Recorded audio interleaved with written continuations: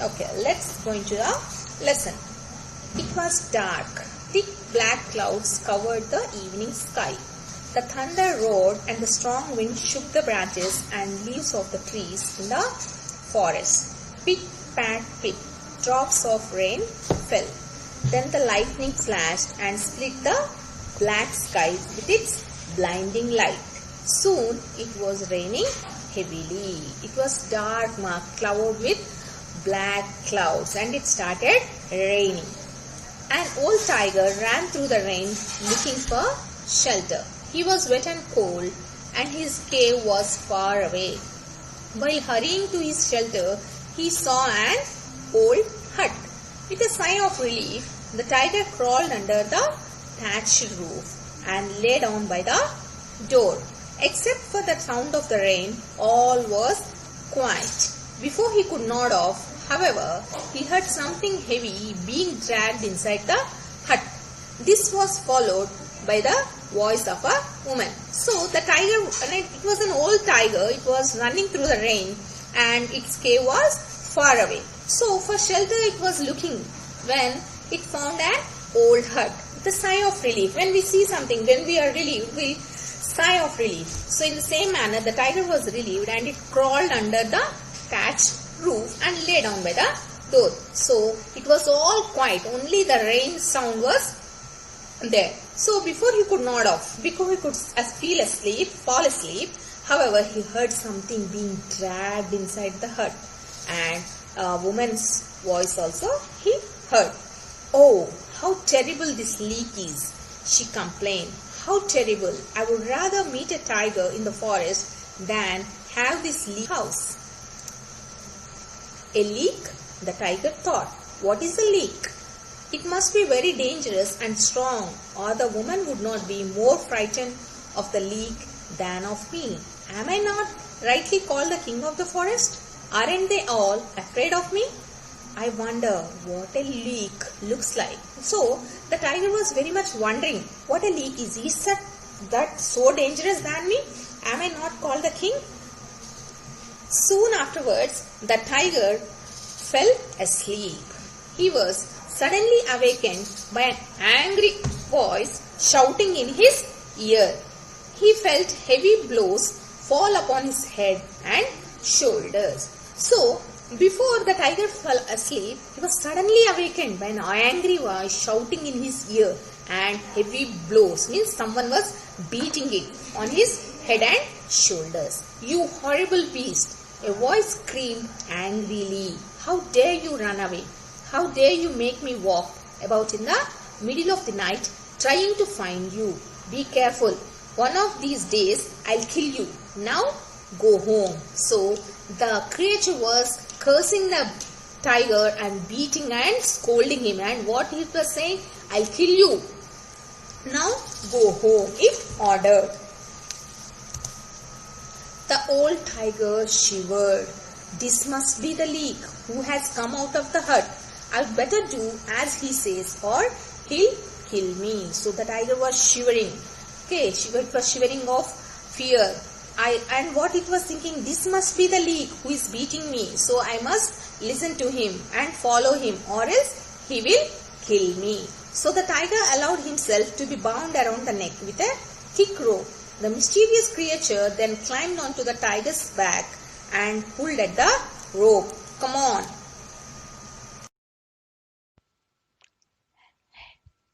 "Head for home," shouted the voice. The tiger felt a sharp kick on his side. The tiger was terrified and he ran through the dark forest.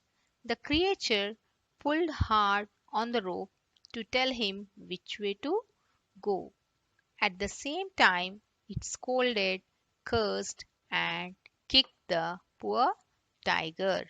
Soon they stopped in front of a small hut on the edge of the thick forest. The creature climbed down from the tiger's back and bound him with an iron chain to a nearby tree. Then he went on into the hut. The tiger could not free himself from the chain. So he had to spend a miserable night under the tree. Who was this creature who was able to capture such a large and dangerous tiger? Let's find out. So, when the creature got onto the tiger, it said, "Head for home." And the creature also kicked the tiger and it kicked, cursed. So, soon they stopped in front of a small hut on the edge of the thick forest. The creature now climbed down and bound the tiger with an iron chain to a nearby tree. Then he went on into the hut. The tiger could not free himself because it was a chain. He had to spend the whole night miserably under the tree. Now let's know who was this creature who was able to capture such a large and dangerous tiger. On the afternoon of that day, a potter had arrived home after a hard day's work. He was tired and thirsty. He had asked his wife for some palm wine. The more he drank, the better he felt. When he had drunk all the wine, he no longer felt tired. When the storm began, the potter suddenly remembered that he had left his donkey tied under a tree. He rushed out of his hut to take the animal into the stable. You can imagine his anger when he discovered that the donkey was not there anymore. The only thing left was its chain. So, children, that afternoon the potter had arrived home after a hard day's work. As he was tired and thirsty, he asked his wife for some palm wine. So, when he drank it, he felt better. But suddenly, after drinking, when the storm began, he remembered that he left his donkey under a tree in the forest. So he rushed out of his hut to take the animal into the stable. Stable is the place where the animals are tied. So now you can imagine, children, how angry he must be with the donkey. My stupid donkey must have run off into the forest, he grumbled. When I catch him, I'll give him a good beating. So he was cursing the donkey. That stupid donkey, when I find it, I'll give him a good beating. The potter walked through the wet forest. When it became dark, he often stumbled over roots and fallen branches. With each step, the potter felt angrier and angrier with his donkey. So the potter had to walk through the wet forest.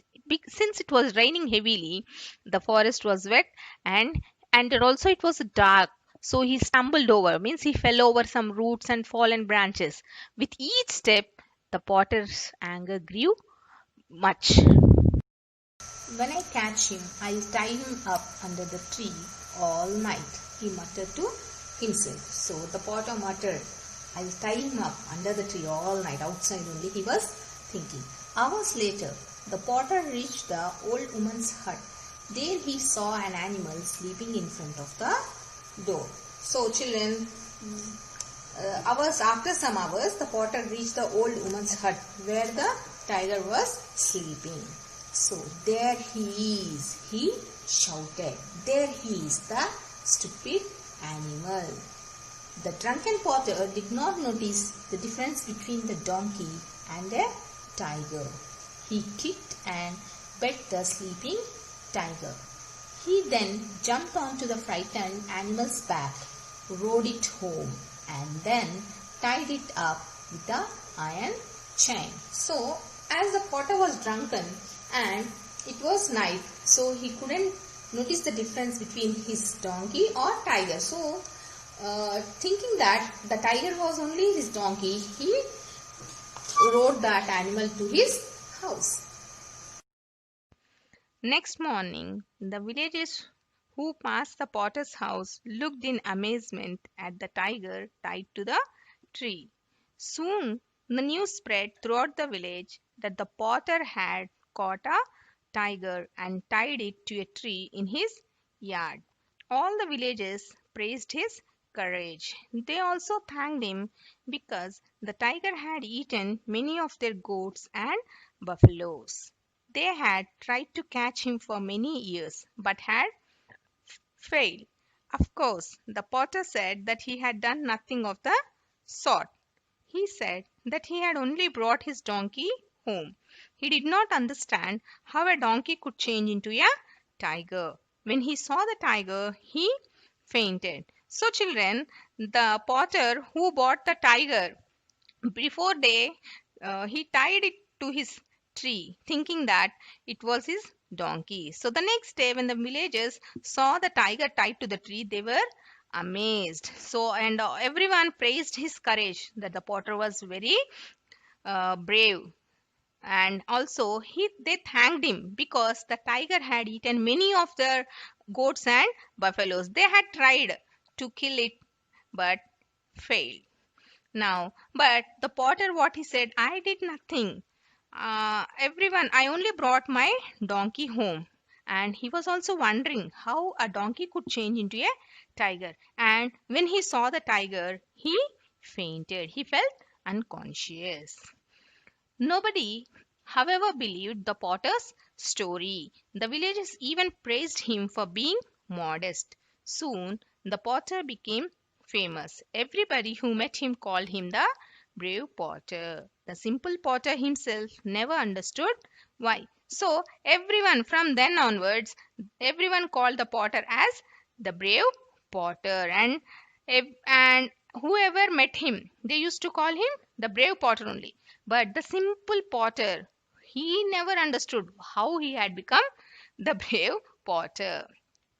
A few years later, war broke out between the potter's country and a much stronger neighbor. The king immediately gathered a large army, but he realized that it was not strong enough to save his country from defeat. He needed a hero to lead his army. Where could he find such a brave man? The king hurriedly called his ministers together and asked their advice. So, in that country, only a few years later, in the potter's country, a war broke. So, when the war broke, the king immediately gathered a large army and he wanted to save his country because the other country, which was enemy to them, it was strong. But these people were not strong. So, he needed a hero to lead his army. So, he inquired, where will we get such a brave man in our country? So, he called all his ministers and took their advice.